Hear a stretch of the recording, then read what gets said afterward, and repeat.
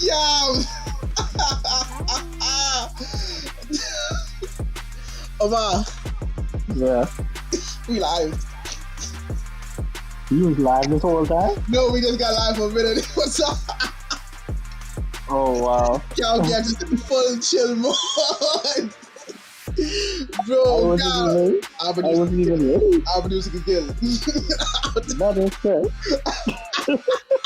Well, when We've been that live being, for well, you're live almost for a 2 minutes minute, straight. over 2 minutes. When that being said, welcome to what a way to start. Welcome to the Otaku podcast. This is episode 21, everybody. What is good? Oh my god! Our producer decided to, go live, and we did not even know. And I just decided to Jack together. It's like, what live? What do you mean live? Goes Jack. Oh, we've been live for almost 2 minutes. Like, what is going on? This is crazy. As again, this is Jesus. But I am your host, Javon, aka Kuma. Today with my co-host. Kuma. Yes, I have returned. I've made He's back. my glorious return. Back on the podcast. And as you can see, he swapped places with April. They lost the whole substitution due to, and now we just we having 2-man pod again, but it switched up. But that's okay. Mm-hmm. That's okay, because we have a good show ahead for you guys. Oh my, guess what? What? Okay. I decided over the week that I would give Rizio another chance. I'd give her another chance. Yeah. Oh wow. Yeah. What brought this up? What made you want to do this? I said to myself, I need to try and give it a full scale chance. Full scale chance. I'm proud of you. Look at the growth. I think I like it. Look at the growth in this man, me. Oh my god. God is good. He finally see the light, people. He finally see it. Nah, I'm just playing with you. I just want to see a reaction. Wow. I didn't give it an extra.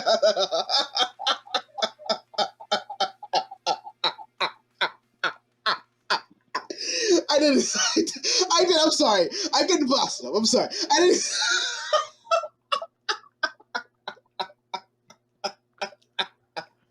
I honestly couldn't pass it off. I'm like, you know what? I feel like I can brag him out. Welcome back to the pod, buddy. Welcome back to the pod, buddy. Like I said, we have a good show for you guys. I'm going to give it a try. I real. But I just didn't. Yeah. Yeah. But moving on, we have some grand news for everybody this week in the anime space. But we gotta kick it off. With this one particular anime, because it's been a big week. It's been a big year so far. Yeah. One Piece has officially dropped episode 1,000. Imagine that. 1,000 episodes of an anime. That is what you call a milestone. Ain't much anime crossed that. No. And not much on the consistency of One Piece and the popularity of One Piece. Because Conan has it. I think Conan has. Conan cheating. Conan is cheating. But we don't know. But for some odd reason in anime space, we don't really recognize Conan. I don't know, but it's still vastly popular. Shout out to Japan. But One Piece is a different breed because, again, One Piece is a cultural phenomenon. It has impacted so much in the anime space, and for it to reach not only 1,000 episodes, but it reached 1,000 episodes in the manga as well this year. So One Piece is on a roll, and it's been going strong. So shout out to One Piece. I must say, it was emotional. They redid shout out to Oda and everything. Yeah, shout out to Oda. Oda's a genius. Oda's consistent. Oda been putting in work. Like, he really, that man going down in all of fame. It is what it is. It is what it is. Regardless if you like One Piece or not, like, you just gotta give it up. Yeah, you gotta respect One Piece for everything. Yeah, you got to. You got to. Not even if you're not the biggest fan, like, for the fact that it stayed strong for over 1,000 episodes and chapters and One Piece, volumes. One Piece 24 years old. Right, like, people don't understand, like, when One Piece started long before Naruto and stuff like that. One Piece is old, fam. So One Piece has come a long way. And on top of that, we got some new movie news. Oh yeah. Yes, One Piece Red. Film. I hype for that. Right. Why are we hyped? Because tell the people. It's going to feature the one and only Shanks, one of the biggest fan favorites of the series, and it's going to be an original story, which leads us to believe it's going to be canon. So it's going to be really good. Oh yeah. I'm going to be down to watch that, and it comes out August 22nd, so we don't have that long of a wait. You know, that's August 6th. August 6th. I thought it was 2nd. It's on the 2nd. I didn't think about it. But yeah, August 6th. It's sometime in August. It's not going to be that long of a wait. That's going to come by just like that, especially with the slate of movies coming next year. Next year is an incredible year for anime. Oh, yeah, absolutely. And on that note, we have another very, very, I don't want to say cult classic, but popular anime coming back finally for a second season, and that's the one and only Made in Abyss. Oh yeah! If you have not watched Made in Abyss, please, I beg you, watch Made in Abyss. Made in Abyss is so good.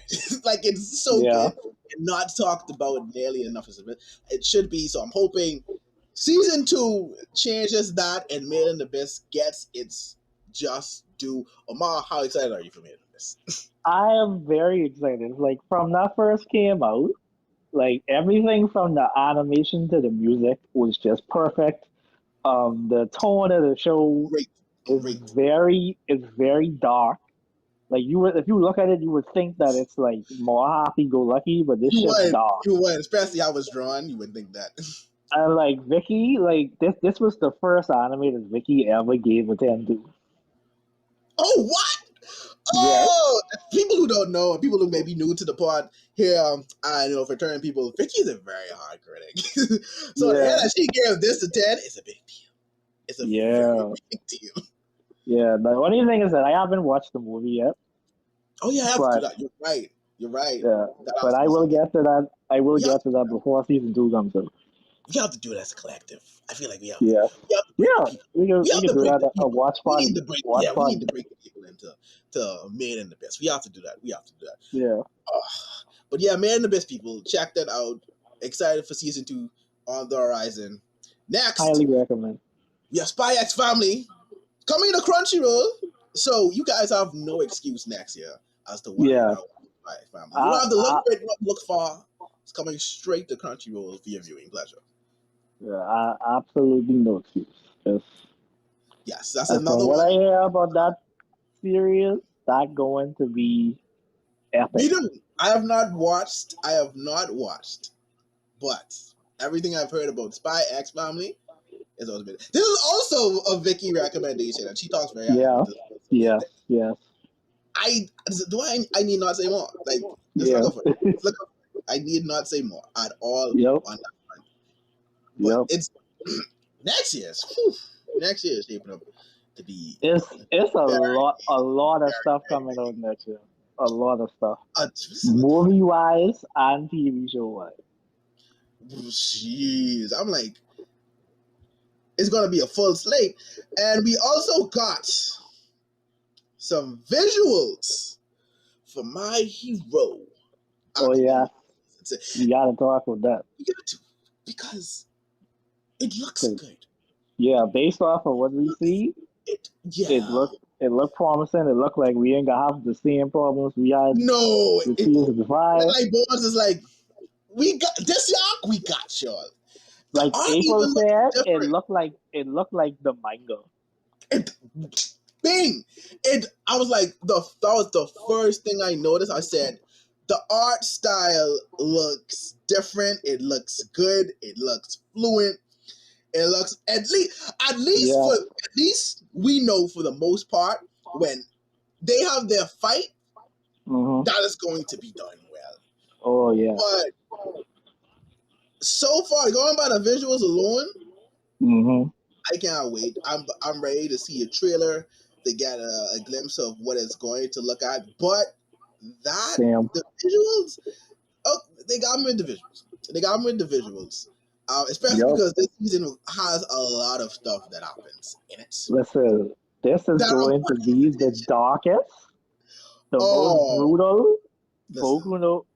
Wow, yeah. In for a ride, and I'm going to be waiting to see the backpedaling that happens in regards to people's perception of Deku. I am going to be watching to see a lot about, because y'all think y'all know Deku now. Y'all don't know Deku. I promise you. I promise you don't know. And like Mama said, it gets darker. Like this could be dark as shit. Foot fully on the gas, and we just going straight ahead. Look out for Bunny Girl. Hey, listen, she come flexing. She can set the tone for this season. Oh, she will. Without a doubt, she definitely will. And on that note, I have a bit of rumors, right, that I wanted to kind of like rumors. Rumors. So there's a rumor, right? Right now, in my personal opinion, I feel it's fake, but it's fun to talk about, right? It's fun to get the idea with us. There's a rumor that a certain studio is going to be animating Bleach's last season. Take a guess. So there's no way it's ufotable. No, it's not ufotable. Wit? No, it's not Wit. Matos? No, it's not Matos. I'm shocked you haven't guessed this yet. Toy? Wow, no. Mappa. Oh, Mappa. Yeah. I didn't even Mappa was so much on their plate that I didn't even think it would have been right. But there's been rumors circulating that Mappa is going to animate the last season for Bleach. Right. Now, personally, I don't think it's true. I don't think they should do it. But for the sake of dialogue, if it was, how much does that change the anticipation for Bleach's last season? Like, see, what we know of the story aside, what we know of the arc aside, and our feelings about it. If Mappa animates the last arc, how much does that change the anticipation for that season? See, right? On one hand, I know what Mappa capable of, which is quality. But on the other hand, I don't think that's a good idea because one, you have things like Attack on Titan and Chainsaw Man that they need to be working on. So I don't see how they could have the time to work on a big, long-term project like Bleach, because if they were to try to tackle something like that, one of those three animes is going to suffer somehow. But what if in terms of like animation and directing and stuff like that? Because you need to have your top people on Attack on Titan and especially Chainsaw Man. Especially for you can't like we've seen what happens when big studios try to split their staff between two different shows, because we saw that with Boku no Hero and Vanitas. That season that they came out, and Boku no Hero did suffer. Right, and Vanitas got a lot of. And in addition to that, there was the movie too. Yeah, that's why. And Mappa is also bringing out a movie next year too. Oh yeah, they are. That's true. That's true. So like, I do not want Mappa to touch this. Like, so let's say part 2 of Attack is pretty much that's in its final stage. Like they done with that. Chainsaw Man is done with production, because we don't really have a date yet for Bleach outside of the fact that it's next year. What if they take the same route with Attack on Titan and they just split it up in parts? If they split it up, actually that would be lit if they split it up, because given how that arc is start, with the attack on and then how that is end, that would be like a solid cliffhanger. Boom. So that'd be hard. Right. So you got it. And that was arguably the best part of that entire like outside of like a few moments in it. But yeah, that aside, yeah, that would be. If they do it like that would be awesome. But like I said, my concerns is that it all depends on the availability of certain staff members because the animation has to be fire for that. Fair. It has to be. Fair. So okay. So if it ended up being true, basically your whole thing would just be a lot of concern regardless. Like, yeah, I'd be concerned. I'm not opposed to it, but I'd be concerned. Okay. I'd be very concerned. If it comes out well, do you think that would change a lot of people's opinion of Bleach or the art? Because would it be a matter of animation trumping story in that instance? See, in this case, if what you suggested that they split it half in, this first part is quality. So like, there's no doubt in my mind people could be talking about this because this is huge stuff about the Apple. Like when I was reading this in the manga, I say, yo, this has the potential to be the best arc. Yo, that's what I said. Like that was a good when that started, I was like, this is a great bounce. Yeah, like Kubo. I was like, Kubo is fucking bad. The whole Bounto thing, that was a great bounce back. I'm like, yeah, I'm with this. Going from full bring to that. That was great. Yeah, I said that was great. That was great. Like, you're doing it, but then obviously we know what happened the second half. Yeah. But I think that's what it was like. The moments that we have, like getting that animated by a studio like Mappa, like would it still make that second half worth it? Like, I don't like how it goes pace, but to see this quality of animation and to see this happen like this, you know what? I can rock with this. Like, I can watch this just for this. The only way the second half would be enticing to me is if they add content to it, and I think they did say that they was going to do that. Yes, what I hope they do for real, which I really do hope they add more context to a lot of stuff. To make it flow better or to make it make more sense. Yeah. So if they do that, then Bleach will be fine. It'll be fine. Bleach has a lot of hype going into it already. Like it does. You saw when the announcement came and how much people was talking about it. So it was because we pretty much thought that was it for Bleach. Like nothing else was coming. I feel like Bleach wasn't Bleach Return the cause for the whole Mount Rushmore thing. I think it was. It was, and that was a big discussion. Yeah, it was. Bleach was the cause much more thing, and when people started to get into this, like Bleach was that like when Soul Society was out, like Bleach, because that's why like. At least, I mean, I can understand why some people like feel like overall like Bleach not that thing or whatever. But it's like that Soul Society arc is peak shonen. Like when people says like you didn't even want like that is a peak shonen. I don't care what nobody says. That Soul Society arc was great. That Aizen reveal was legendary. That was one of the most legendary moments in shonen ever. I still remember that.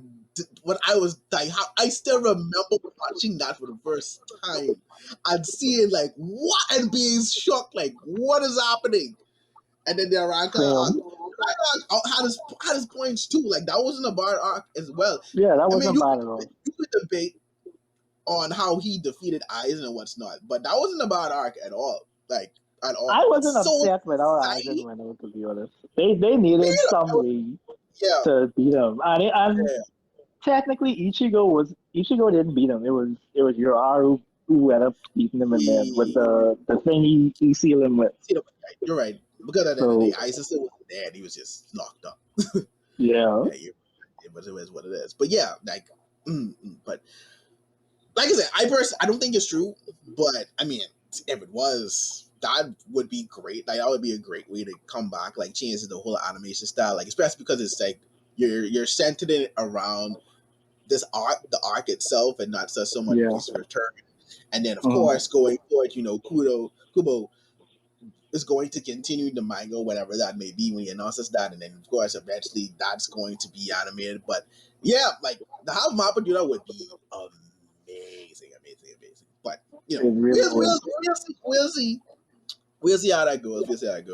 I think that may be it news wise. I don't know if I'm missing anything. For our local viewers, The SAO movie is coming to Yes. Fusion. Thank you. Yes, it is.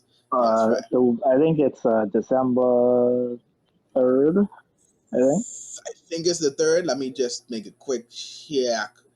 Let me do a real quick check just to make sure it Yeah. So for is. those of you that don't know, there's this side series called Sword Art Online Progressive, which is basically a more detailed retelling of the series, but from Asuna's Yeah, perspective. it's the third. And they're deciding to adapt these as films. And the first one is coming out. It's already out in Japan, but it's coming here and in America on which date? Is it December 3rd, July? It is December 3rd. Yes, on It's coming December 3rd December 3rd. at Fusion. So if you're interested in SAO, if you are a fan of the very first arc of SAO, Please. if you want to see something slightly different yet similar with movie quality animation, if you are a fan of Asuna, you need to see this movie. And who's not a fan of Arsenal? I mean, come on now. Let's be real. Let's be real. But most importantly, if you are an anime fan and you want Fusion to bring more anime movies, you have Support to it. show out to this. You Support have it. to support it, Support it. please. Yes. Please show out to this. And also added, don't let your grief of what you saw with Gun Gale online just stop you. Not Gun Gale. It's the fairy one. The fairy one. Oh, the film. I mean, honestly, that was not as bad as people make it out to see him. Please don't let that stop you from enjoying the continuation of Sword Everything Art but the Online. fairy arc has been good. Excellent, especially after the fairy arc. Yes, please.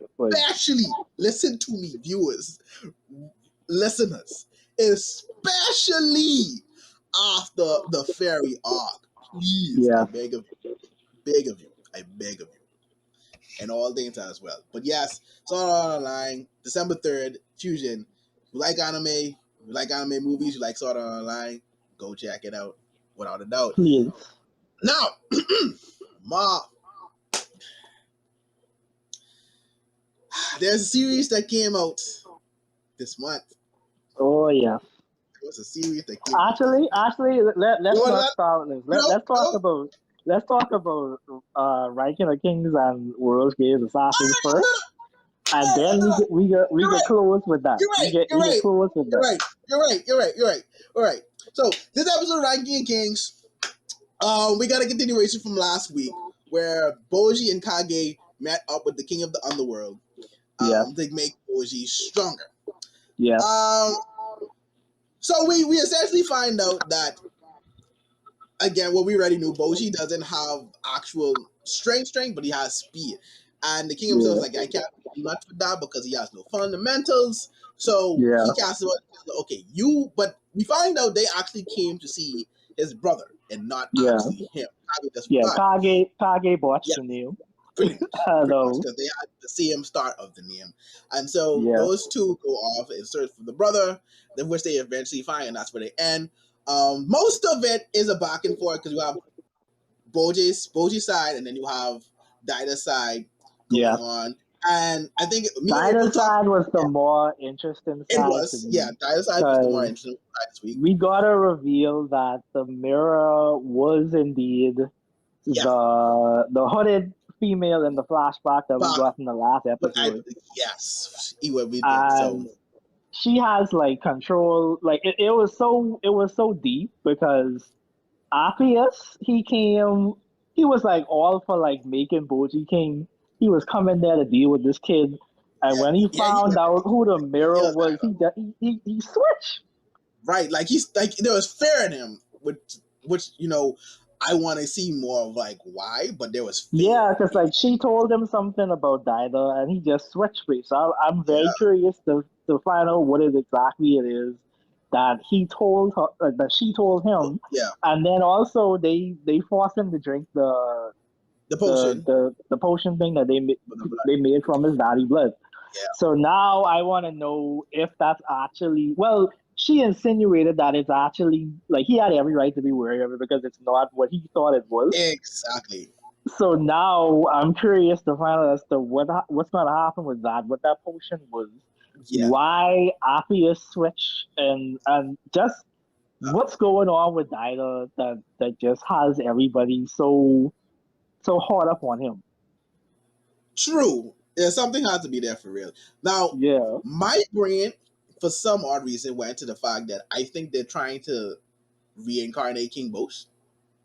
You think that's so? That's just my opinion, because I feel like she didn't lie in terms of the power, but it was more so I'm going to directly use his power and control him. I feel like that would probably be the reason why Aspers would probably, because of his loyalty to him, it's like if we bring him back then we can do this. Whatever. Yeah. But I can definitely be wrong, but that's where my brain went. That's where my mind went in that whole process. Because it had to be something like, what else could it be? I just if it's giving him power, what else could it possibly be? Or is it just to control him from the fully control him from the shadows and have him do whatever it is? Yeah. Who knows? I don't know. I saw somebody theorize that maybe she is trying to transfer her essence into him or something like that. Or just use him in some way of getting out the mirror, because it seems like she's trapped in the mirror. That's true. Because he did ask, "Why are you in the mirror?" So I would need to know how Dida, right, and how Dida got the mirror too, because his mom seems to acknowledge and know that he has this mirror and this mirror talks to him. So what happened there? Like, where did that whole thing? So it's like a lot of questions coming. Yeah, a lot of questions from this episode, but good questions. Pretty sure they're going to be answered. Right. And then overall, this episode was great. Still, it was a good episode. Yeah, adding more to the story, giving more questions to ask. I'm curious to see what the prince is actually going to do to help Boji, and why specifically him. Most they said about him, he's very wise. So I don't know. I guess maybe find a way to utilize his speed. Personally, in my thinking, I felt like they may show him how to hit pressure points, possibly like to help him in battle. But who knows? Or maybe like to find weak points or something like that, or to just like use his speed in some kind of way. Yeah, I was thinking it's either going to be something like that, or maybe the brother might know of a way to break the curse that's on Boji or whatever, or find a way to get it. Right, yeah. His abilities back. Right. So maybe if he does that, then Boji would probably get some of his strength back gradually. Yeah. He's supposed to as a giant, and then be able to actually use his speed and those together, and then essentially be on the path now to really becoming the king. So, So a lot of questions, more story this week. A bit slower than past, but still a good episode. Yeah, like I said, we're definitely going to get a lot more of Dida and Boji going forward. So it seems. So yeah, looking forward to that. Looking forward to seeing more of that, especially on Dida's side. Dida's becoming more interesting than I thought he would have originally been. Yeah, one thing I could say about this show is that it's doing a good job at making me not hate certain characters, because I thought I thought I was going to hate Dida, but like when I saw last week how he was so adamant to not take the potion and just do everything on his own strength and whatnot, like I just said, like I have a lot of respect for this kid. Same. So on the other hand, he did put a hit out on Boji, and he did try to get Appius killed and all that other stuff. Yeah. So it reminds me a lot of characters in a certain series that we're going to talk about after this. But but yeah. I think one other thing. What do you think it is that Dida has against Boji, or if he even has anything against Boji at all? Because he had the flashback of him watching Boji get called by his mom, of Boji not really trying to train as hard as he was training, because he was training to the point of exhaustion and puking. So it's like, I don't know, is it a matter of like him realizing that his brother is weak, so he has to protect? I mean, obviously he still set a hit on it, so like maybe not that, or it's just that his brother just is allowed to have it easy because of it, and he just has the strong. I don't know what do you think it? What do you think it's quite is there?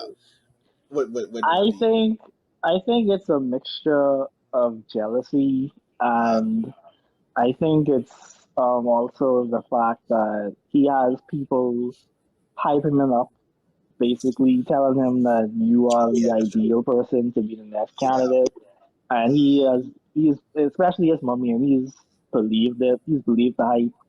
So because his dad was like, "Oh, I choose him Boji," still, I think that's where the jealousy comes in because he could see Yeah. how much the Yeah. king did love Boji and whatnot. That's So true. I think the hit came out of the jealousy factor, thinking that people would still prefer, well, not people, but people who matter would still choose Boji over him as the king candidate, as well as like just the whole thing of him. Just I think he feels inferior to Boji in some ways. Mm, makes So sense. Yeah, yeah. it I could would see be an that. inferiority I would see complex that. type thing too. Yeah. I could definitely see that being the case, especially because how he values loyalty so much too is like, Yeah. to trust people. Hmm. And it's being adamant to trust Aspers after he tried to kill him and then he's turned around and flipped over. So it's like, Yeah. yeah, I can see it being a lot of the jealousy on his end. I can see that. Yeah. I can see that. Yeah, more into that and more reason behind that. But yeah. So next we have the world's finest assassin, who, which in my opinion continues to be great every moment, every episode. Oh Uh yeah. even the basic, like even like we've still not gotten to like them really getting into fighting the hero, but I don't mind because it's still, the episodes do such a good job pacing wise of Hmm. of you being able to see him build towards um begging his His goal. party, Yeah. yeah, strong and doing what he has to do in order to um become the assassin he needs to be to start and take on this mission. But yeah, what did you think of Yeah. the episode? I thought it was pretty good. I like that where they're not brushing over the whole trading company thing where he has to establish his other alter ego or whatever. And then I like how he integrated the blue haired girl and her friends from the streets Yeah, because into the business as well, because he started his right, own business where basically right, he's selling accessories for women. And which is yeah, that was smart. That was very smart because he introduced makeup into the world as well, which is cool. and that's like one of the more underlying like interesting things about this is that he is really introducing, and Yeah, we got it he from like taking elements episode from the two, real world and right, and introducing them introducing this in this world as new thing. concepts and stuff like that. Exactly, and it's like that's also very cool. That's also very cool. But yeah, no, I Yeah, like that. I like that we got. He didn't like leave her friends behind and still yeah, utilize them because I was wondering about that from last episode as yeah. well. Because yeah, I was saying I hope he didn't just like leave them like they just leave them alone. With the house and stuff like So that. I really enjoyed that. And then you had the whole thing when the guy tried to like break into his house to steal secrets. Yeah, And he trained the blue girl in assassin techniques too. So they her and the blonde girl is torturing the poor dude. listen, And then we got a return of the silver haired girl. in a The most one in a who very sort of funny way. yeah, I love that. I love that. yeah. And so she developed a gravity magic, Which is all thanks to which is a dope. direct Yeah, relationship as well. If you think yeah, about it, a yeah. very direct So connection to do. but then Um, the icing on the cake for me was how this episode ended. You remember how it ended? yeah, I was about to say we finally got, and it's like I'm mad at it because Listen, I expected to see more of it early on, But we finally got a real Ichi scene from the series in the most the most funny, but it makes sense kind of way. So essentially, just to give everyone an idea, we not have watched the episode yet or seen it. Yeah. As we know, Lou, we are getting to experience Lou not only become an assassin, but also grow up again from a baby to, a kid and such and so forth. So he's now experiencing his first hormonal effects, and he woke up like every young man coming of age with what? And just now, for him, but to him, he travels with women that have very strong affection for him. So, it's just natural. It's natural. They offered to help him with his struggle. It's carnal urgent.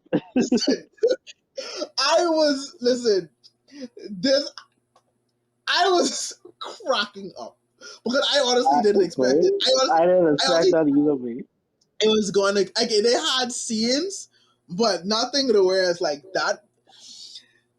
I didn't expect him to go there. Yeah, because like up to this point, he just was like, I know y'all attractive and whatnot, but I basically using y'all. He didn't really show any like strong sexual urges towards any of them. And like when they came in this room, he just was like, oh yeah, this normal now. He's like, yeah, y'all come to bed with me, whatever. There you go, sleep peacefully. Wake up, whole wet dream. My boy say what? And what really made me laugh is because the blue-haired girl was like, this smells familiar to me. And I just was like, that's what makes it even more like funny and also dumb. Like that's true. We just come back to that depressing episode. It's like you really do know like because you were being auctioned off and sell to men for prostitution. Well, your friend exactly.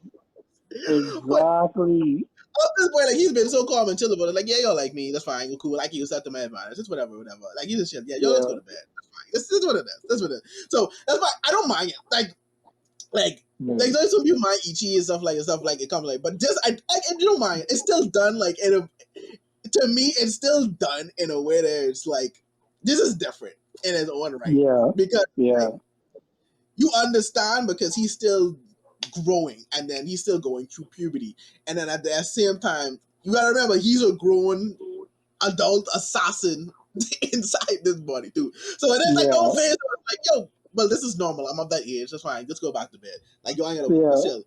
Get some sleep. It's like I ain't watching that. Like just whatever. So and even the girls, like they don't even like they're not like we're used to. Like some, they don't force themselves on them either. Right, like they don't go overboard and stuff like that. Yeah. So it's still done in a way that it's tactful, but it's still meant to be funny.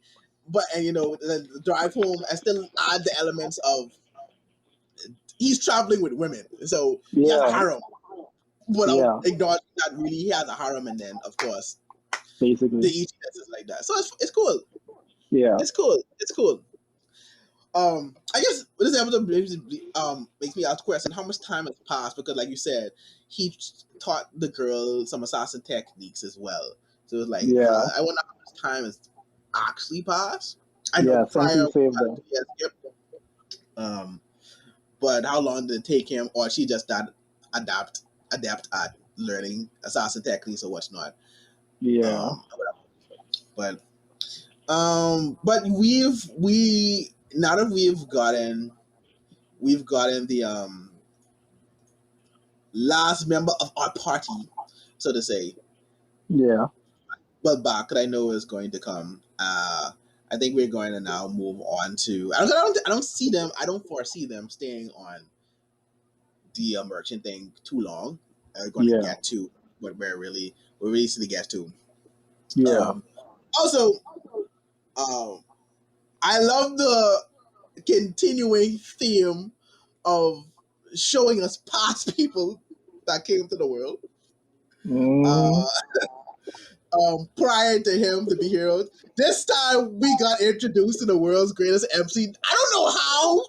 Yeah, that was he would have crazy. been outside of just comical. Yeah. And just to show us like the continuance, give us like the comedy of showing us these guys how they are now after being reincarnated. Yeah. He's a sibling. They was bullying him because they're like, nigga, you talking stupid. Right. That's what I'm thinking. Like, what the hell are you saying? Like, why are you talking? Like, he had nowhere to do. It's like, I don't know. Like, I don't know.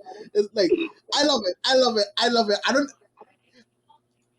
don't care if like it has no base to anything, or if like maybe it's meant to show us eventually that she did bring in the hero to be to this world, and he just ended up taking over. But until that fact, I love the comedy of it. I love the pure comedy of the randomness of it. And every episode thing, like it just happens at certain episodes. Boom, like 30 years ago, I brought this guy, the world's whatever. And okay, let's see how he is now. My God, like really. Yeah. This was the most creative one though, because she was rapping too there when she was explaining. Yeah, it's what I'm saying. Yo, this is and that brought another aspect that I carried into, because at first I just thought she was just more like stout, more refined, like straight super. But to see her do that is like it's funny as hell. It really was funny as hell. It was a good episode though. But overall, really good episode again from World's Finest Hero, especially after last week. Continue on the track. This is pacing done well to me. Especially when you know you're waiting for the big thing. You don't get bored or you don't get agitated with say maybe like saying as though this could have been last, or they could have spent last time on this, or they didn't need to do this episode. Like you really appreciate seeing the growth and progress of him becoming this assassin to eventually take on the hero who has to kill in this world. So it's like it's overall good, and I enjoy the character a lot.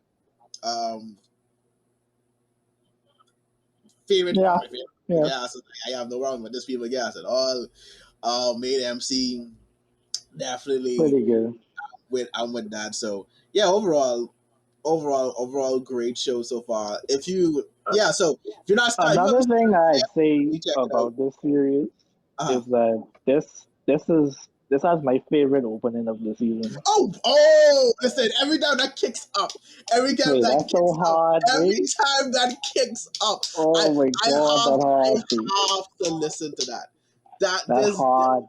Between this and Ranking of Kings, 10 out of 10. 10 out of 10. Not hard. Ranking of Kings still at the top because you can't help but sing it or hum along with that. But this has the opening for this genre. There are a lot of good openings overall this season, though. But these two in particular, exceptionally well. Yeah. Definitely. But which is funny, we talking about openings, which can kind of lead us in to the main thing of the day that we wanted to talk about. I know a lot of people may be like, well, is this really anime? I don't know. I've watched anime react to this, so for the day it counts. For now it counts. Otherwise, this counts as anime. I'm so sorry. I'm so sorry. But we are talking about Arcane League of Legends. Oh yeah. This has to be one of the best animated series I've seen for this year and shows period. Not even this year, like this one of the best animated series I've ever seen. You know what? Let's talk about it. Let's actually get there. This is definitely one of the best animated series by far that I've seen in some time. Let's start with the opening first. Let's start with the opening first.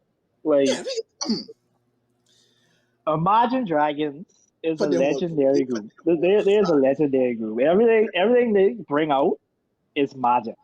Listen, they put their hands on this opening. They do the opening song for this, And like to go along with it, you have visuals of like they look like stone statues of the characters, and they all the statues pretty much highlight certain relationships, certain things about said characters that you were going to see in the show. But the way that the song like gradually progresses to being something like something kind of like somber to something like dead hype. And like if you actually like analyze the lyrics, like my favorite part of the song is the part right before the chorus starts. It says oh god, what is it? Tell you you're the greatest. Right. But when you turn, they hate us. And I feel like that's so powerful. It goes into a high pitch. Oh, the misery. Everybody wants to be my ex. If you watch the show, if you watch from 1 to 9, that song hits so much more. That explains was good sauce. Was good. In a nutshell way. Like whoever crafted this is a genius way. Like I have wait. Okay. Let's get into it. Let's get into the show. We can be here for a while. Let's get into the show. You want let's talk about let's go act by act. Let's go act by act. Yeah, okay. So act 1, right? Yeah. So now let me also say, like this is for those who don't know, this is a series based on a very popular game, League of Legends, right? Obviously. Yeah. So it's taking, for those who've played or those who may be familiar with the series, it's taking lore that we've gotten, pieces of lore that we're gotten about the characters and the worlds that they inhabit, and combining it into a series and expanding upon it, right? Yeah. Before we start, I want to say this is video game adaptation done right. This is how you take a different medium and create something out of it. A show. This is how you handle video games and taking their story and just giving it as a show. So because of this show, I'm seeing so much people saying like Apex Legends should do this. Listen. If they do it like this, they could. Yeah, they could do it. They could. They really could. This really paving the way for how video game adaptations could be done, like you said. Yeah, and I also know they've always been talking about a Legend of Zelda show as well. It could be done. Like, this is the blueprint. This is the blueprint for doing that. Yeah. I have nothing bad to say about the show, but yeah, let's get into Act 1. Act 1, right? Yeah. We get introduced to the main characters, Powder and Vi and their friends Milo, and it's his next name starts with a C. I can't remember his name fully. I think it's Clygo. Clygo, yes, Clygo. And then we also get introduced to Vando, who was like everybody's surrogate dad. Right. And then his counterpart in Silco. Silco, right. And we're introduced to the world of Piltover and Zon, where we're introduced in Piltover side. We're introduced to Jace, with Victor, Mel, Caitlyn, Marcus, a whole heap of characters, Heimerdinger, Master Belt come together. So essentially, the first act is about them as child. Oh, Captain Evil Echo as well, from Zon as well, who plays a big part. We're introduced to them as kids. Now, I love how they did this in part so well, because each part is like its own story, but it combines so well together. Yeah. So I don't know how you want to do it. Like episode to episode, just want to talk about the part as a whole, the main. We could just talk about it as a whole. Okay. So basically, to start it off, the reason. Okay. What happened in episode 1 at the start, basically, there was some revolt between the people of the underground and the people of Piltover. Right. And Piltover clearly won this unanimously to the point where the underground, like, they became so less fortunate, so less than, so like stricken by poverty even more than before. As a result of this, two main characters, Vi and Powder, who are sisters, they lost their parents because of this event. Yeah. And Vanda, I guess Vanda was the one who led the revolt on the underground side against Piltover, but because he failed and because he felt responsible for everything that happened, he took them in and he raised them. And much of this first act is basically seeing the influence that Vanda has on the underworld as well as the influence that he had on the kids, mostly for Vi, because Vi is essentially like the spitting image of Vanda. Yeah, she is. She is literally like his much so. legacy, his living legacy. Essentially. Yeah. So the show starts off with her trying to prove herself because she's tired of seeing how everybody at the top of Piltover is living these lavish lives, whereas everybody else down there is struggling or whatever. And she also wanted to prove to Vanda that she could actually like take a leadership role. She could actually get stuff done effectively without causing danger to the people around her. However, we have Powder, who is essentially the biggest jinx ever. Essentially, we could get back to that, Neil. We get back to that. And the foreshadowing in this, it's so good. Foreshadowing so well done. I have to say.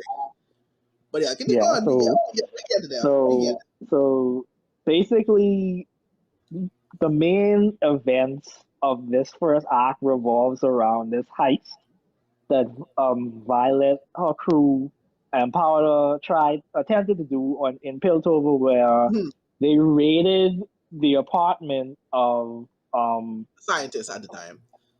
What's his name again? I keep forgetting his name. Not Victor. Chase. Yeah.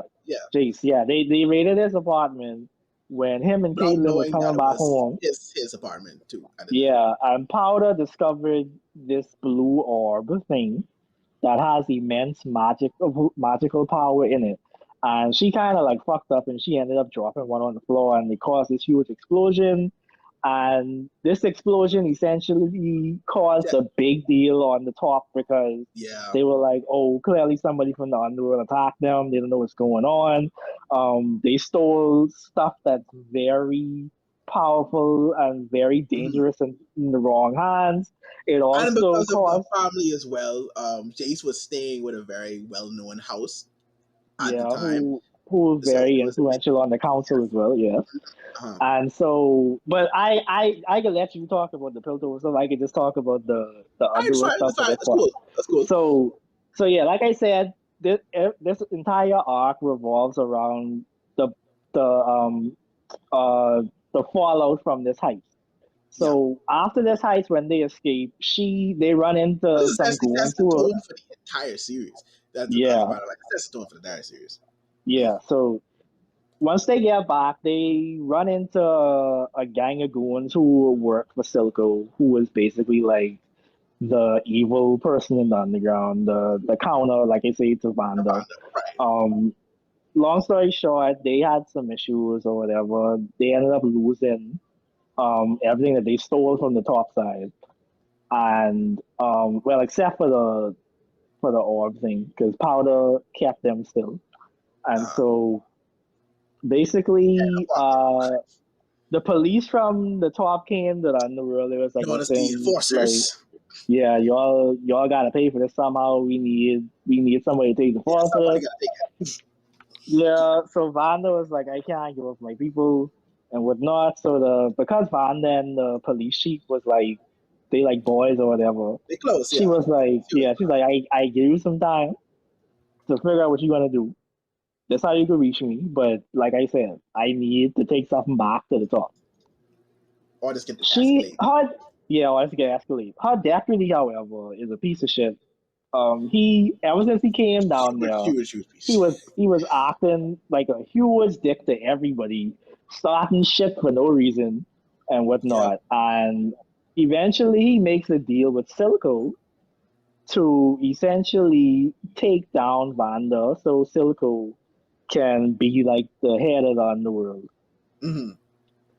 But then Silco, he also was doing some experiments of his own on the side with this thing called Shimmer, which is like this serious performance enhancing drug that Crack on the streets. Yeah, it's bad news. It's bad news. Streets.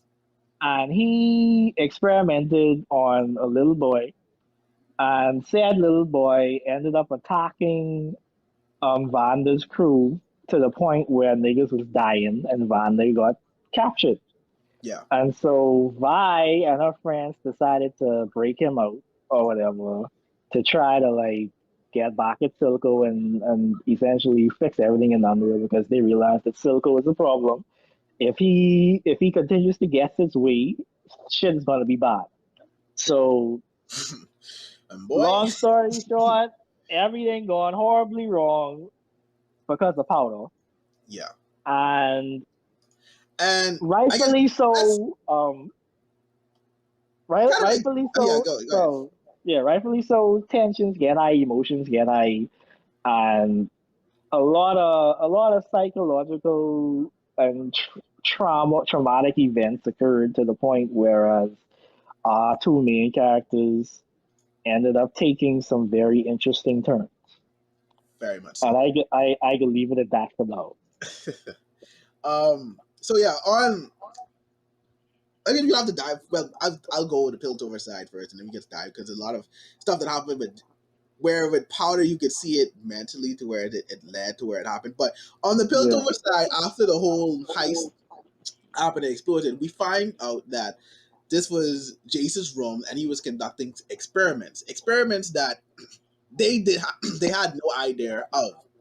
And obviously found out it was dangerous at this point. So basically, Jace is trying to bring magic to the world of Piltover, essentially, after experience, because he's trying to use that to help the people of Piltover because it's the ladder of progression, essentially. Yeah. But in doing so, he gets pushed back because his mentor Heimendinger, and being someone that's lived over 300 years, has seen the effects that magic has and how dangerous it can be, and is telling him, no, you need to cut this, like you need to stop this experiment now. So because of this and him conducting experiments that obviously are dangerous and people not getting like the whole magic thing, is like, no, we're not doing that. He's expelled from the academy and has to leave the house, has to go back home and such that. Where this is when he encounters Victor, who sees his work and says, okay, no, like we have something here, we can help you with this. So they continue to conduct experiments and everything, and they get the help of Mel, who also sees the benefit that it can have, magic can have, because he's trying to also bring in wealth to Piltover as well. He wants to usher a new age. Usher in a new age of Piltover, as well as show her standing with her own house, because she was also banned. She was also banned from her house, which we'll get into more later as well. But essentially, Victor and Jace create this brotherhood while trying to harness the power of magic from these gemstones, in which they eventually do, and they're able to stabilize it, so to say, and create a teleport, which then eventually goes on to become known as Hex Tech in their world, after being able to crack what's actually going on. So that also shifts a lot of what happens in the series as well for that side. But with Piltover 2, we get a lot of the differences between them and the Undercity and how they view those of the Undercity as well. It seems as though they used to be more harmonious, but something may have happened along the way, and now they're just viewing them as, the lesser individuals of their world. And that's what essentially what they rebel against, because they bring in enforcers and pretty much don't care what they do while they're down there. But for that's them for the first act, but we have to get into like we have to talk about Powder's psychological damage, which is done really well, especially in the first act. It's extremely well. So we noticed that the Powder has where she has abandonment issues. Is what I essentially where she has the need of wanting to prove herself, because one of their friends, Miles, is always telling her that she's a jinx. Why do you keep bringing her around? Like, blah blah blah blah blah blah. So she, like I said, she right. literally every problem that they have is because of Powder, because she messes up basically. Right. Not because he tries to mess up, but because he's trying to help. Essentially, but it just keeps going wrong. And then we have Vi. Vi is the only one who actually defends her. She tries to uplift her anyway, as a good big sister should do. Right, which and makes so the final scene for the last act, even more impactful. But we also know that Powder is a tinkerer, so she builds bombs. They haven't worked but they haven't worked up to that point. You see a tinkerer, and we get to see that she is really good with a gun. With the arcade thing when she was doing the thing. The foreshadowing for this series is so well done. But so essentially, Vander's before that, Little Man, who they call Little Man, Echo essentially overheard Vanda speaking to the sheriff, and he eventually tells Vi and those what's happening. So pressure becomes so much that Vi ends up deciding to turn herself in without anybody, and this is when it goes left. So now Silco advances and comes on the scene, where he pretty much ends up giving the guy one of his henchmen who he gave the potion to, ends up taking it and ends up killing a lot of the Echo's caretaker, the sheriff, and some other people, and takes Vanda hostage. And this is where we essentially get into the final episode of the last arc, where now Vi, Milo, and Clagger go on a mission to rescue Vander, but Vi leaves Powder home, who does not like this decision, but Vi has done it to keep her safe. So Powder realizes that she still has the gemstones, and like we've seen before in episode 1, what they can do. So she has to, she can help. So now we're in the scene. We're helping Vi, Milo, and Clagger are now trying to rescue Vander from Silco and bring him home. Vi fights her way through, and of course the guy takes the serum, the shimmer again, and now they're stuck.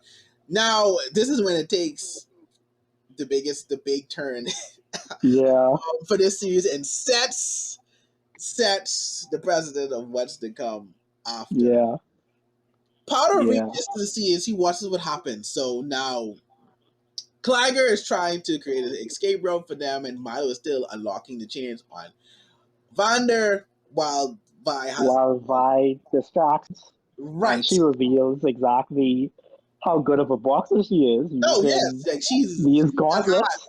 She got that Vander used. Yeah, she got the animation was like. It's also foreshadowing itself.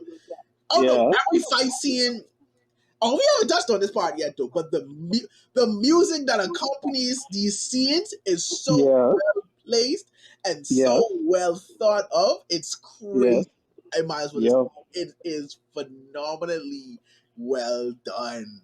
Like everything, the fight choreography, it looks good, it's impactful, the story behind it, the music behind it, it's just beautiful. You can feel the weight behind every punch. Exactly. Oh man. Everything. When she took them on during that narrow break, like you felt the weight of that. You felt everything happening in that scene. But eventually they get cornered. So this is where Powder comes now. She takes one of her monkey bombs and places the gem between them. And lets it loose. So it starts to clap, and with each clap, there's an explosion. At first, we're thinking, and I know other viewers, me personally, we're thinking like, okay, Powder's gonna come to see, like they're stuck. Right? It's like, okay, Powder's gonna help. But at the same time, it's like, dang, they got out. Like they were essentially free. They were essentially they was about to leave. The explosion starts, and now everyone everything outside gets caught in the bomb.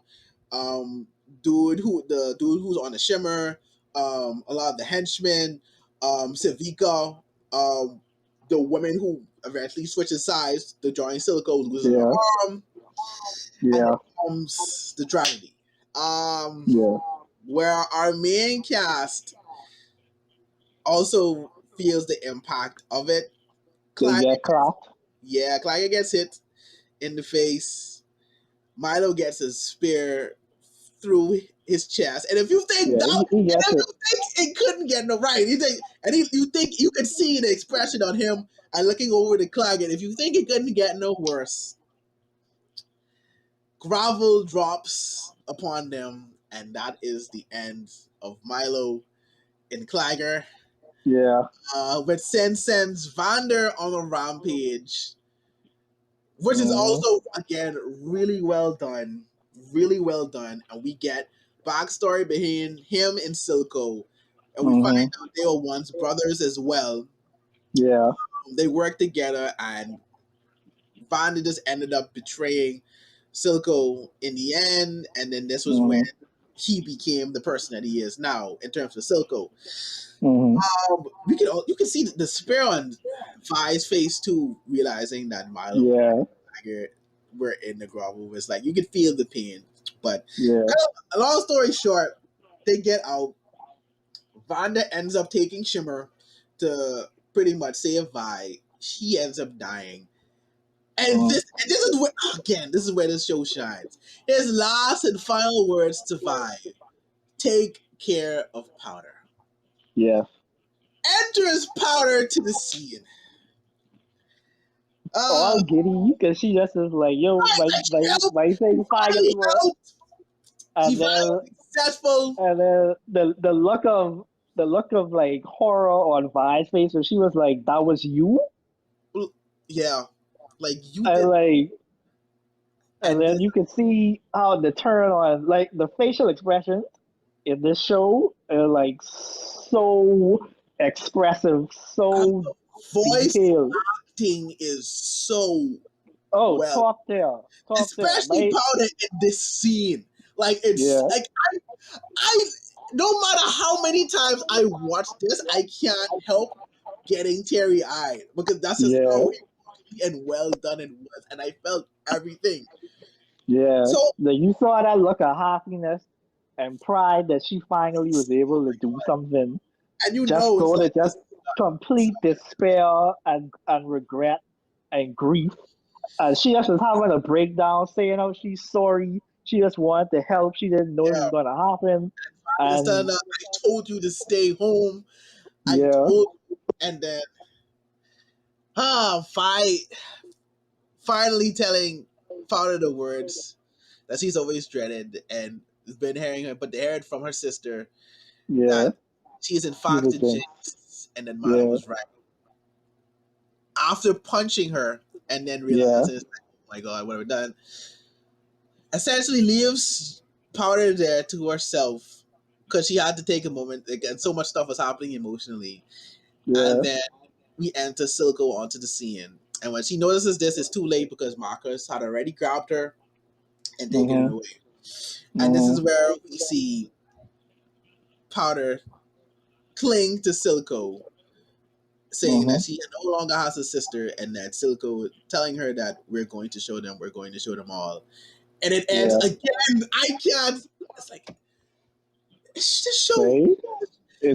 as It he hard says me. that they show Powder's like looking up with this Yeah, anger in her eyes and this like yes, the foreshadowing of yes, things. yes. Oh my god! And that ends Act One. Beautiful. That is one of the best cliffhangers I've actually witnessed in so long. That ended Yeah. beautifully for Act Mhm, One. I cannot wait mhm. for Act. Yeah. And now we get to Act Two. We're in Act Two. And would you like to take it away? Would you like to take it away on the other cities? On the other Uh, cities? all right. Where So does it go? Act two starts and we have a time skip. Yeah. I want to say it's been at least 10 years. You think I feel that's an um accurate time frame? there's theories to that because of what Heimerdinger says when Jason Victor introduced something else they've been working on, said like give it 10 years. So we is maybe considering then now Hextech is a thing. They're now able to teleport between nations because travel is lesser. So it's maybe it's fair to say took 10 years. I'd say 5 to 10. I'd say 5 to 10 would be a good estimate. But it's been some years. It's been some years because we're introduced to characters and they're older. But yeah, I'd say that. I'd say that's probably a good estimate. So yeah, we'll say 5 to 10 years is fast. Uh-huh. Like you said, Hextech has now become a household name.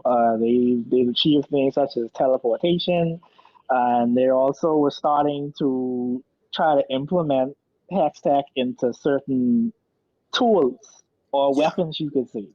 Yeah. Whereas we saw another piece of foreshadowing with some gauntlets that Jace made. Yes. With the Hextech gemstones inside of who's eventually going to be using those? Yeah. So so basically him and Victor, they've become very successful. Heimerdinger is fully on board with everything that they're doing. The council is fully on board with everything they're doing. Jason's now a household name. Yeah, he's very famous. He's called the Golden Boy because of his inventions and such and such. Yes. And so now him and Victor are trying to essentially do phase 2 of their plans, which is basically, like I said, adding Hextech to their weapons, their tools, as well as trying to use it to find a way to cure Victor. Yeah. Because we didn't mention Victor is dying. Yeah. He's very canned. Yeah. And basically the brunt of his research right now is to cure himself. So that's what's going on that front. Well, essentially. What we skipped to was saying that they were able to now fully stabilize the gemstone. Oh yeah. Where it can be used in tools. But before, it would create mass explosions and but now by testing it, they control all of that together. So they've made tremendous progress on that field. But like I said, Victor, we find out Victor is sick in this act and slowly dying. Jason Another thing is that Jason Mel, their relationship is becoming a lot more deeper. Yeah. You could see that they're developing feelings for each other. Mm-hmm. And another thing is that Caitlin, she got an enforcer. On the force. However,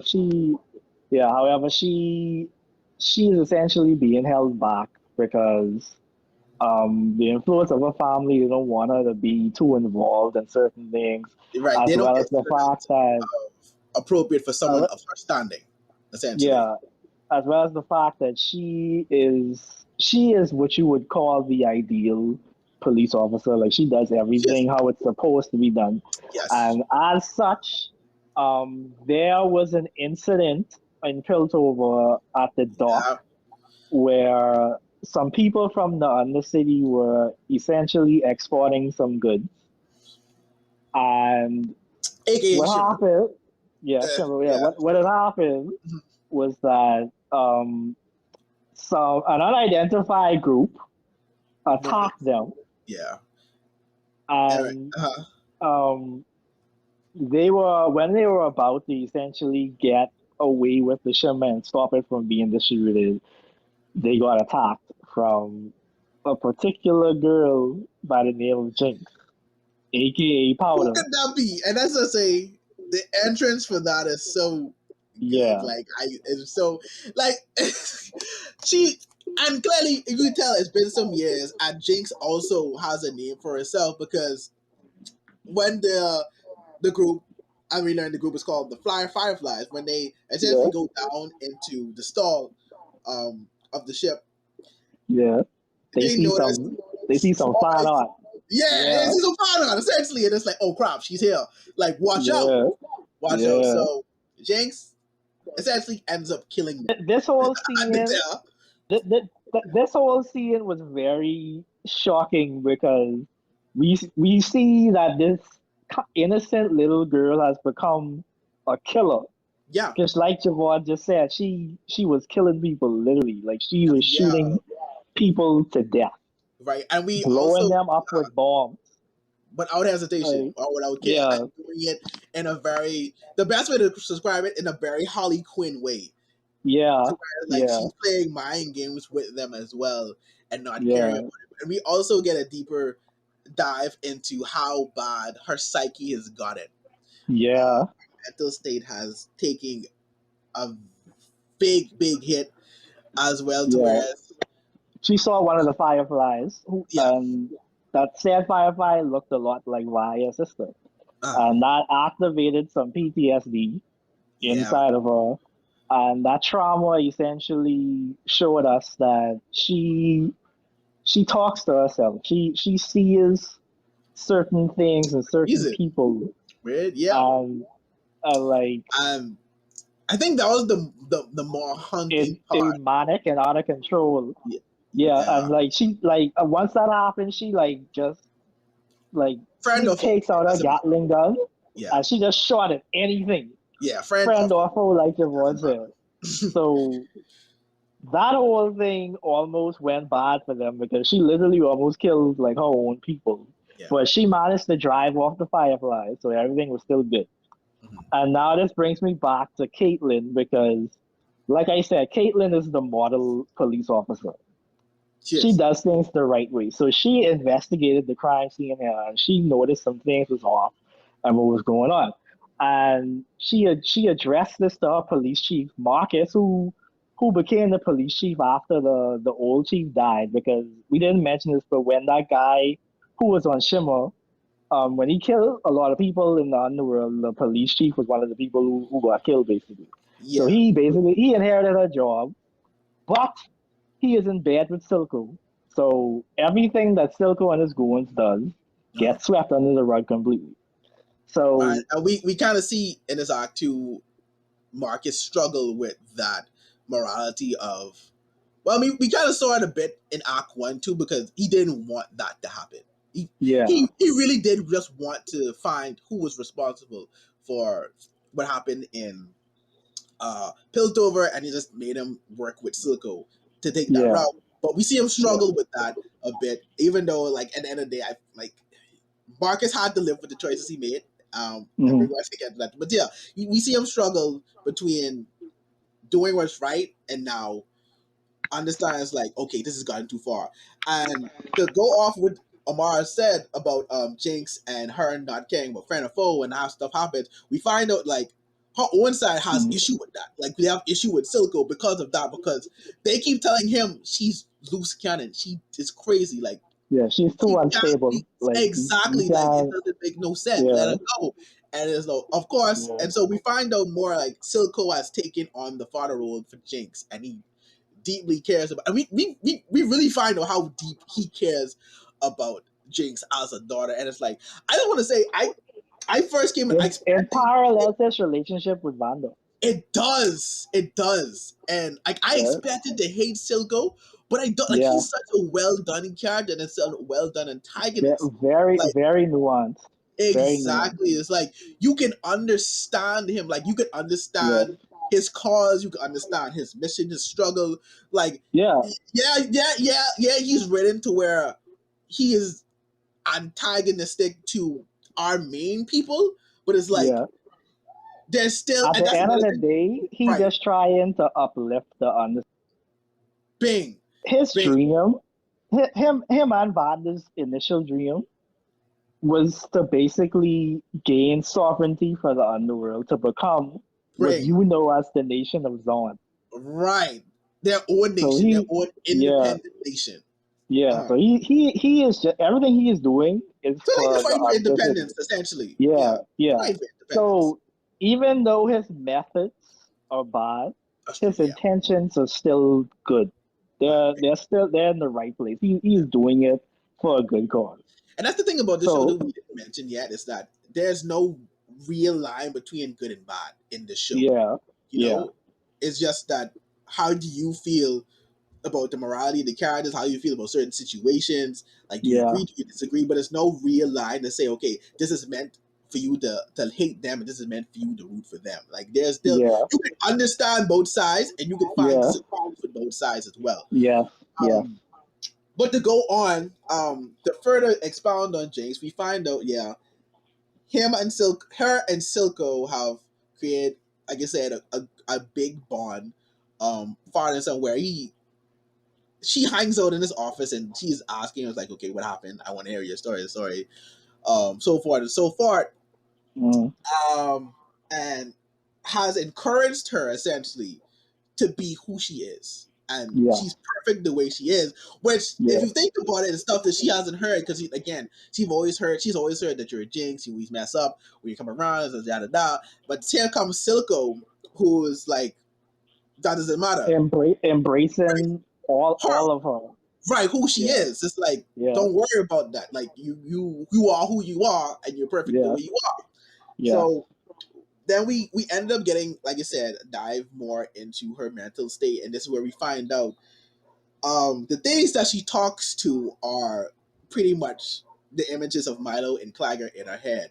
And her, I guess, her room, her lab, or whatever you want to call it, she has dolls she's created. And this is when it gets like haunting and sad at the same time. Yeah. Because, This when it gets real, because yeah, like, you really see the events, you see the effects that mental health can do to somebody. exactly. And Like, especially her from all that she's experienced, that yeah. her dead friends literally haunt her, and she literally keeps dolls of them up that she talks to. Like, Yeah. she literally Yeah. has full communication with. She sees them, like, they, like, to the point where she's telling them to be quiet, like when they're in a room, Yeah. or it's like it's bad. It's like it's bad. It's bad, bad, bad, bad. So, but we still see like she still has the need to prove herself. So, Mm-hmm. because of this, and because of um Silco telling Savika to fix it or whatever, and she didn't, like, why are you sending her? Like, so she has a need now again to right her wrong essentially and to prove her worth. So this is what Yeah. sets her back up the pilt over to where now she does this big heist on her own, where she starts a fire and essentially ends up killing 6 enforcers and taking Mm-hmm. the now refined gemstone from Jace's lab. Yeah. Yeah.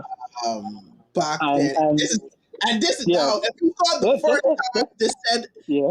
them into a right, this has sent them into overdrive Yeah, completely. because JC, he takes this the hardest out of everybody up top, because Uh-huh. he's now realizing that his technology is being used for Right. bad.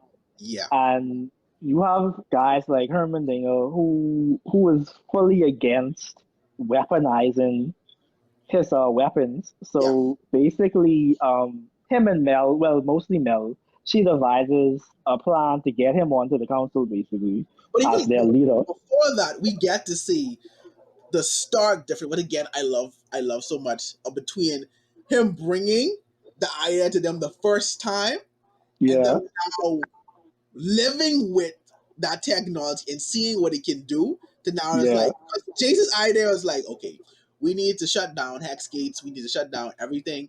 And there was like, are you crazy? Like, this brings us Hmm. money. Like, how are you, like, before it was like, what are you doing with this stuff? Like, why are you making this? Like, this is dangerous. Like, Yeah. we picking you out for this.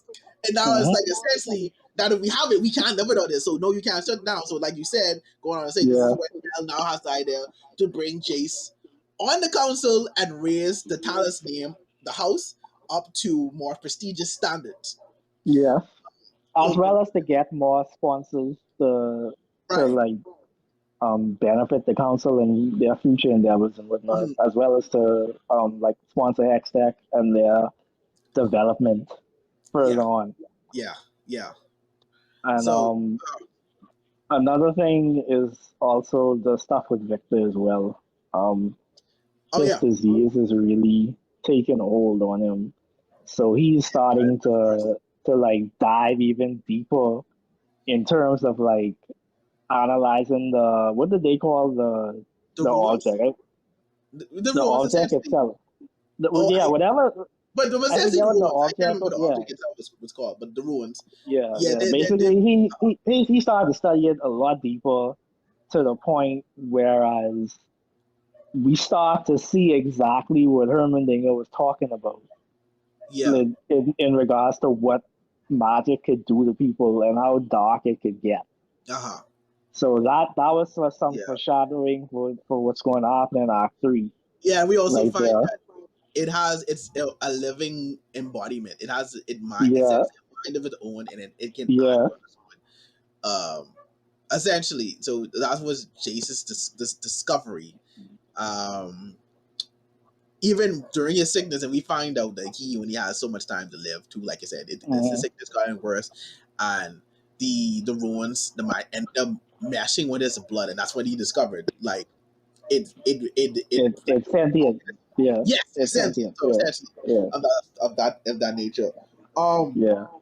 but that's And back. then Sorry, go on. Go ahead. yeah, I was gonna say that's pretty much like the gist of it for those two because the only other thing is that Yeah, Jason and Mel consummate their relationship pretty much. basically, Yeah, and and yeah, a they got very all the way.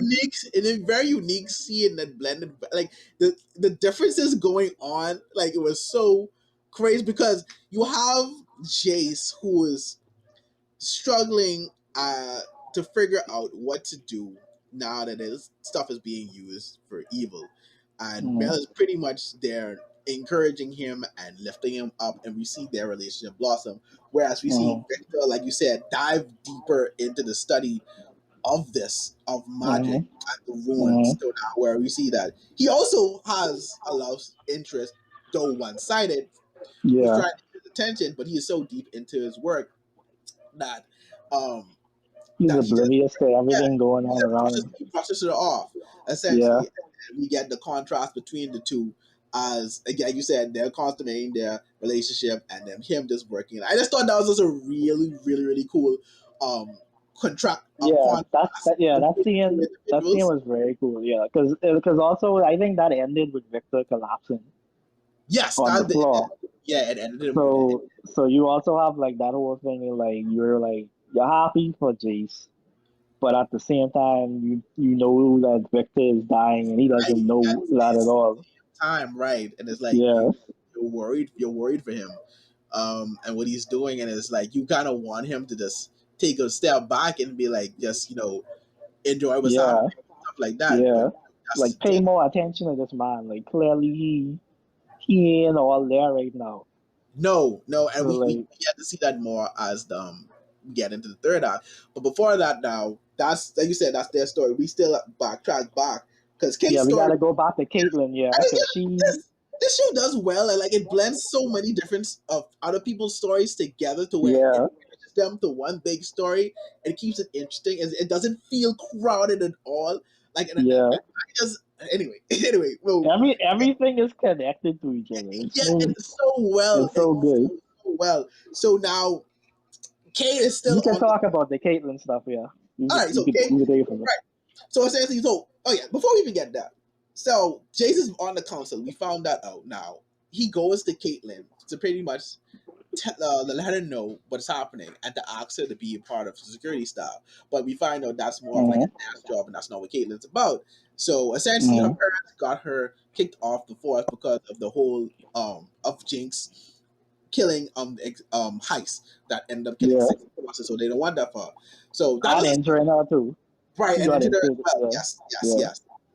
So that doesn't stop her. She still remains on the case. That still takes her now to Stillwater, which is pretty much their holding cell for criminals in Piltover. So she goes to interview one of the guys that Jinx ended up shooting on the ship to get some information from him. Mm-hmm. And upon that, she discovers that the guy was attacked in jail and got his jaw broken. And was like, who Mm-hmm. would have done that? Essentially, so she asked to see the cellmate who did it. And this is when we get reintroduced to Vi, who is Yep. now, what we can see, has been in Stillwater for a very long time. We find out that Marcus put it there now, essentially. And she's been Mm-hmm. in jail this entire time. She now has Yeah. tattoos. the whole nine, everything. Pressing. Yeah, like the Roman numeral for sex, which essentially reads as Vi on her cheek. Yeah. She's punching the hell out of this one. Like so, Mm-hmm. she's in there. So now she goes there, to investigate and gets them, which she learns now that Vi knows what's happening. So essentially, she gets her help. She gets her broken out of Stillwater, and now these two go to the Undercity to investigate everything going on. She also, yeah, Vi learns that Powder is also still alive. She's well, and so that's what leads them down their journey. While Vi is so now they're essentially on two different missions. Vi is trying to find Powder, and Caitlin is trying to find the gemstone, which essentially ends up leading them back to the same road. So Vi is reintroduced to the Undercity, and she is seeing what has become now that Vanda has died. Their old place, the old bar that Vanda used to occupy, has now become this punk hazard place of like just criminals of the old bar, whatever is going on. And then from there, Vi catches up with Silvika. Right, because now again she is.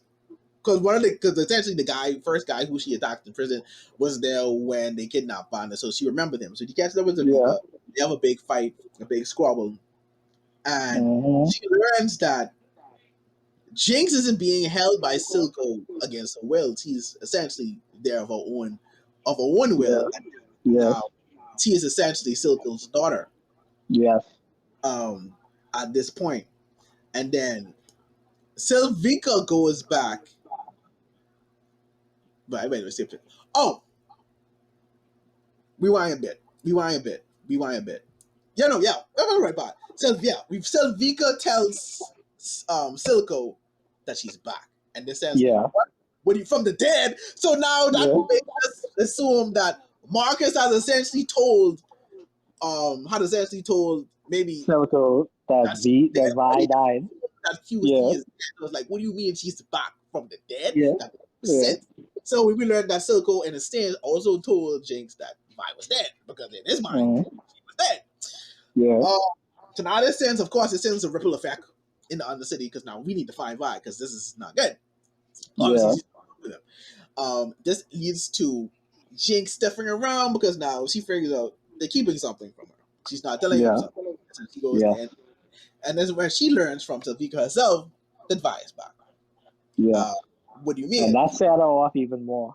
Yes, it did. The PTSD. Oh, before this too, Silco kind of helps with the whole, kind of helps with that, to where she takes him to the river where him and Vanda had the whole argument. And pretty much retells the story, yada yada yada yada, and says essentially this is where he went in as a weak man and came out of who he is, and that she was Powder die, and pretty much she need to kill Powder and embrace Jinx. So we see Silvika make comments that would initially, what we've seen, would have sent Jinx off, but she has control over that essentially now, and now she goes on a mission. But essentially a mission she takes, and again, Vi had giving her something, the first act, to say, if you were ever in trouble, use this and I'll come and find you. So before that, Vi, Caitlin have an encounter with Silco after Caitlin gets some simmer to help pretty much heal Vi. Now, because Vi got wounded when she fought Silvika. Right, exactly. And we pretty much see that Shimmer is like crack on the streets. It is. It's crack on the there was a scene in Act 1 with this was the scene that pretty much characterized Vanda as the head of the Undercity, where it was some dude, he was making a deal with some guys who work for Silco, and they agreed to pay him a certain amount of money, and they was trying to jip him, but then Vanda was like, listen, pay this nigga his money and go on his way. And they was like, oh, what you gonna do, old man? And he was like, yeah, don't threaten the guy who's pour your drinks. Right, and saw the whole bar was ready to pounce on them. Wait, what you mean? Like, what you trying to do? What you trying to do? What you want? Like, Like we could get it started there. No, like what you vote? So yeah, Exactly. we saw like So how much. that same guy, he got addicted to Shimmer, and he was living in like the slums basically, and you saw Yeah, the effects that it did to him and other people and whatnot. And he right, was the one who helped Caitlyn get the medicine for Vi. right.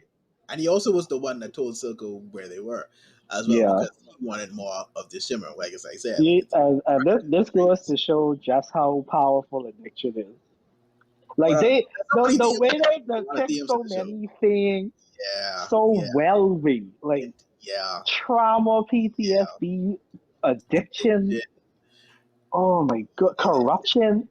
Right. Yeah, but it's just there's Like corruption, and it's there's probably so much. many other things that we probably it's like, but Yeah. more so too, and actually, but yeah. So they have the encounter now. Essentially, Vi and Caitlyn get away because they bring down one of the signs that was unstable down Mhm. there and use that as a way to get off away from Silco. During the and then again, this is a good scene. The scene just oh my god. Mhm. Oh my! The music that they used in the scene was so perfect, Mhm. especially when they had the. 'Cause at this point, Jinx has the flare holding it up, waiting for Vi to see it. Mhm.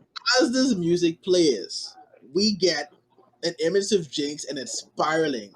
As she holds, it's like think of it as like this drawing, like opera like haunting music that sets the Mhm. like the tone for something like dreadful that happened, or it's like pretty much like that something that haunts you. Essentially, it's like you have that feeling. So as that is playing, we Mhm. see an image of Jinx and we see Milo and Clyga like essentially bonded to her, but it like we Mhm. get the image that they are connected to her mind, like how much they haunted. If you listen to the music and you just see how they depicted them, it's like they're Mhm. crying out essentially, and that's essentially Yep. what she was doing. She was crying out the vibe with the flare. She was crying out the Yep. vibe. So Violet's going, Vi notices the flare, and then we finally get the long-awaited reunion between the two. Mhm. So before this, keep in mind, Sylvika had been pretty much been telling Jinx that she replaced her with someone from Topside, which is Piltover, And Enforcers. it didn't help that it doesn't help either that Caitlyn also was Will. No, that's I didn't notice that until someone else pointed that out, and I was like, oh my. Yeah. I did not catch on until that someone was pointing it out. It's like, yeah, it really looks like she Mhm. Like replaced she Jinx. dead ass replacement. Yeah. No, for real. So they have the embrace, they have everything, they have the teary eye, and we get to see even more like how lost Jinx has become to where she stops and asks Vi, "Are you real?" Because Yeah. essentially at this point she sees her friends, but Yeah. obviously they're dead. But she when he's like and she hears voices, but she knows they're not real. But she stops, looks at her at this moment, and then in this moment we get like the resemblance back to her as just being powder.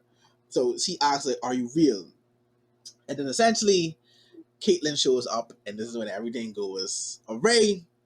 And so I Mhm. was like, "Wait, you are here with an enforcer. Wait, are you setting me up? Why are you here?" Safika was right. And like, no, and then Mhm. Caitlyn finds out Jinx's five sisters. Like all this time, there's like so all of that meshes together. So now Jinx feels betrayed and feels like her Mhm. sister wasn't here for her, but essentially Yeah. here to help Caitlyn. And this is when Yeah. the Fireflies show up again, who at this point were stalking or watching Vi. And then Mhm. they have the big fight, and this is where Vi gets to see firsthand how much her sister has changed, Yeah. how much of a killer she has become, and how of a loose cannon she is now.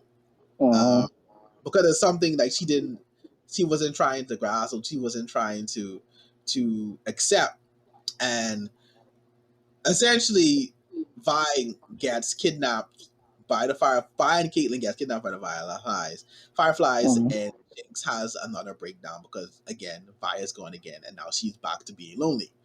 Yeah. Um, and then that ends the arc. That ends the arc there That's for Act Two. Act Yeah. Two for Act. Even before that too. On the Piltover side, we also have dramatics there because now, after Jace discovers that Victor is indeed dying, and this saddens him because this is his brother. So now, trying to use Victor's new discovery to also cure him and help other people. But as you said, but previously, Heimerdinger sees this and sees the exact moment and the exact thing that he saw all those years ago. To whereas now he's saying that magic needs to be destroyed. Like, you can't do that. He tells them, you gotta destroy this. Immediately it's like Victor Jason, and Jason essentially tells him, no, we're not going to do that, but we're going to see what the council feels about this. So now we have a council meeting, and essentially we have They usurp him. Yeah, they observe Heimerdinger because now Jason.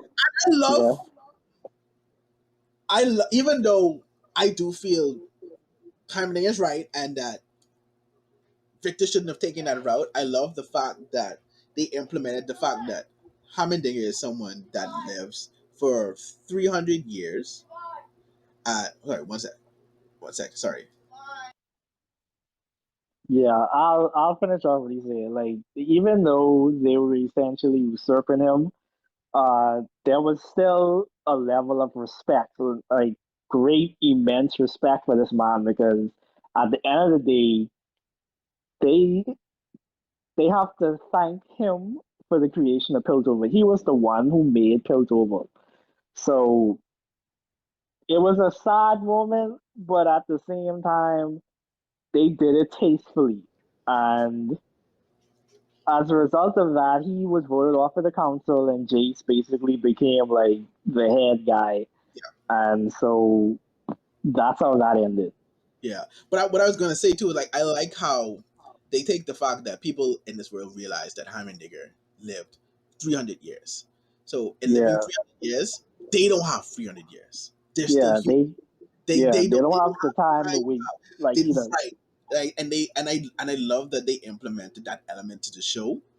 To have that contrast to Heimerdinger's viewpoints. It's like you're viewing something from the place of immortality because Heimerdinger and Victor had a moment too, but I thought was also really good. After Heimerdinger learned of Victor's diagnosis, and he essentially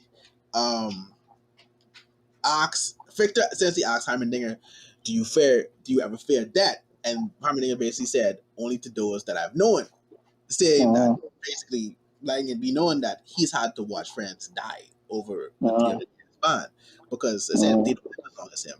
So that becomes the contrast, and that's where Jace's whole viewpoints comes from. It's like, and he said that in the meeting too. You live forever, essentially. Humans don't have that right, that privilege. So it was like we can't wait 10 decades or our life to see something come to fruition. We don't have that much time. People are dying now. So that's that and sparked that decision. It's a sad decision, but it's like it's not one that I don't understand. Yeah. But it's like one you didn't want to see happen because again, Heimerdinger has been in that place for so many years.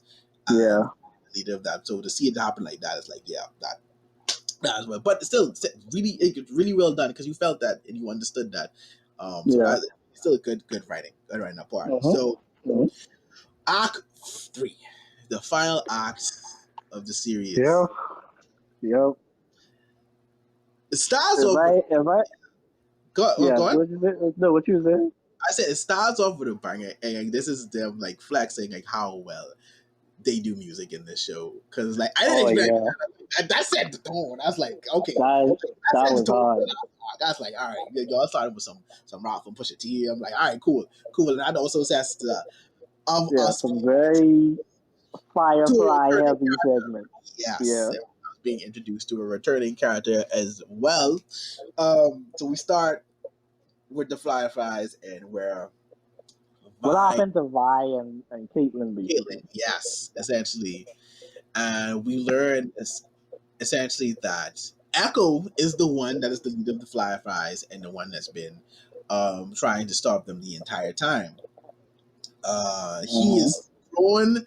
He is much more. He's a stark comparison to the happy kid we got introduced in Act One. He's much more. He seems much more hardened. He seems like he's been through more. Like he's seen some stuff, and he's had to do some stuff to survive and to help other people survive and to fight against Silco. So him and Vi pretty much have a back and forth. To whereas him asking her if she's with Silco, and pretty much letting her know that the girl you once knew as Powder is gone. There's only Jinx, and that people change and so forth like that. And so Echo pretty much gives. So they have that, and but they basically they connect again. They have that reunion. They have that moment, and then Echo introduces her to the world that they've created for themselves in the other city. This utopia, so to speak, for themselves. Um, and what they've had to do to preserve that and to keep that afloat, and the moral that they created for those that have passed before them, as a more so as more evidence to let her know that Jinx's part is gone. This is Jinx because were killed by Silco, which I guess hints that a lot of them were killed by Jinx. So we essentially get Echo, Vi, and Caitlyn working together to where now they have the idea to take the gem back up to topside to Piltover to let them know and to try and create some form of peace between the two bodies. Yeah. Before that, to we get a descent into more of Jinx diving deeper and deeper and deeper. Still talking this out as he is pretty much stapling her own wound and closing it together. We see her mental deteriorate some more. Yeah. Prior to that, to where now it's like her talking to again with our voices telling you lost her, and I'm like no, and this and that, and now her resentment for Caitlyn starts to form. Yeah. We're also brought now again, Jace. Well, I know let's fit. Well, like let's finish the. Well, there's one other thing. The reason why Silco wants the gemstones because him and Jinx devised the plan to use it to power their own weapons and to essentially do something. Boy, was but we don't know what that something was until the last episode. But the last few minutes. Yeah. So as Vi, Echo and Caitlyn are going to Piltover because Echo said though. What? Echo said. No, I was gonna say before we get there though, let's talk like Jinx now confronting Silco again. Over there because that's going to lead more back into what happens during that scene. But yeah, Jinx. Yeah, Silco. Essentially, she was like, "You lied to me. You tell me she was dead, but she's not dead and whatnot." And then that's when Silco had to like please her and let her know that Marcus was the one who told me that she was dead. So I didn't lie to you. I just didn't know the truth. They didn't know the full picture. Yeah. Now she still doesn't care about you at all. Yeah. Which he could tell that the only person who could take her away from him is Vi. So he is doing everything in his power to essentially downplay this whole. Yeah, he downplay this whole reunion and downplay Vi's intentions. I realized that more as it went on, because at first I'm thinking like, okay, he's using and manipulating Jinx, right? Because he wants it. Because in my mind, I always expected Silco to betray her, but that never happened. Yeah. So it just really, and we're going to like expound more on that, but it's like he really viewed Jinx as a daughter, and he wanted to keep that. Like he didn't want to take that away from him. So the Vi basically comes back and said like, I need you. Vilga lets her know, I need you.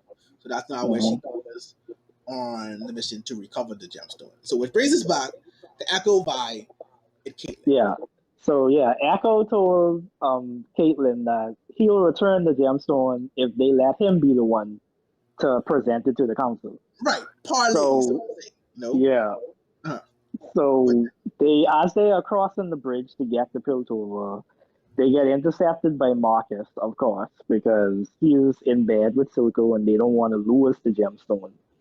And another thing is that we see Jinx on top of the bridge, watching what goes down because she is trying to determine for herself if Vi really only there for Caitlyn, if she only cares about Caitlyn.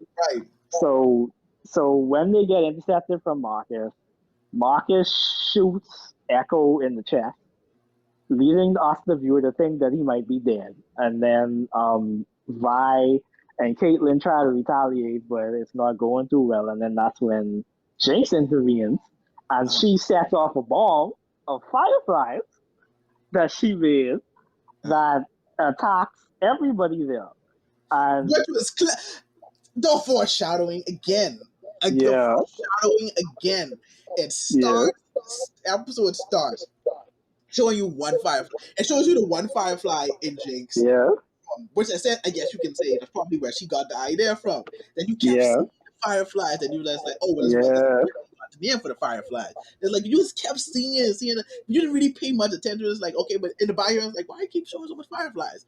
Then eventually, the whole swarm comes, and then we find out like there are mechanical ones mixed in that Jinx and break as bombs. Yeah. It blows up the whole place. Yeah, most of the enforcers die, including Marcus.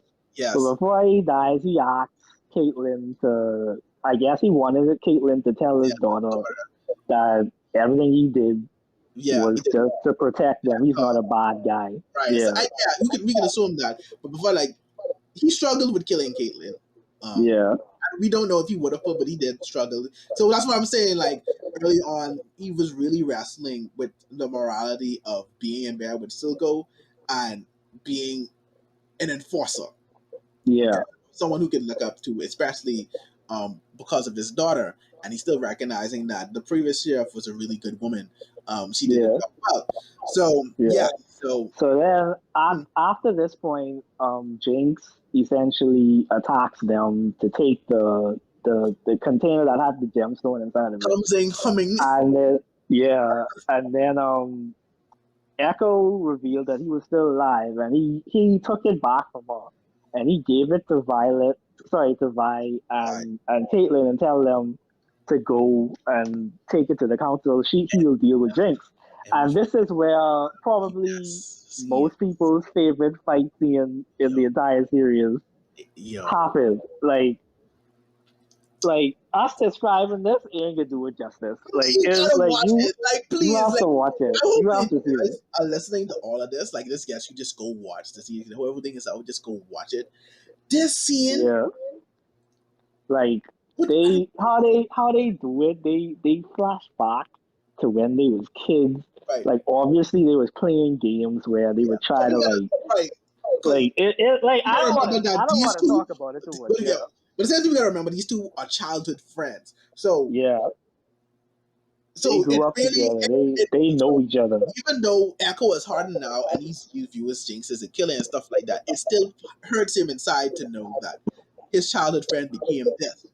So they end up essentially seeing goals. They end up playing a game that they played as kids. So I guess whereas Echo would be the attacker and Jinx would try to shoot him before he reached her, essentially. Yeah. So it starts with her, like, him taking out the clock and her, well, Jinx antagonizing Echo and saying, oh, look, it's the boy savior. So he takes it out, starts taking the pocket watch. Jinx immediately noticed what he is doing and smirks and said, okay, since you want to play this game, all right, let's play. So as the flashback and intertwine of them as kids and them playing the game to where we find out Jinx essentially won the game as kids. Yeah. And then they started where Echo won the fight in that moment. But we realize again, like I said, Echo this is still his friend. This is still his childhood friend. This is still someone he grew up with. I want to say one thing. It's funny how you say rewind because I was watching the video for the new fighter game that they bringing out, and Echo ability is to rewind. So I like, man, this so hard. I didn't touch on it because a lot of stuff.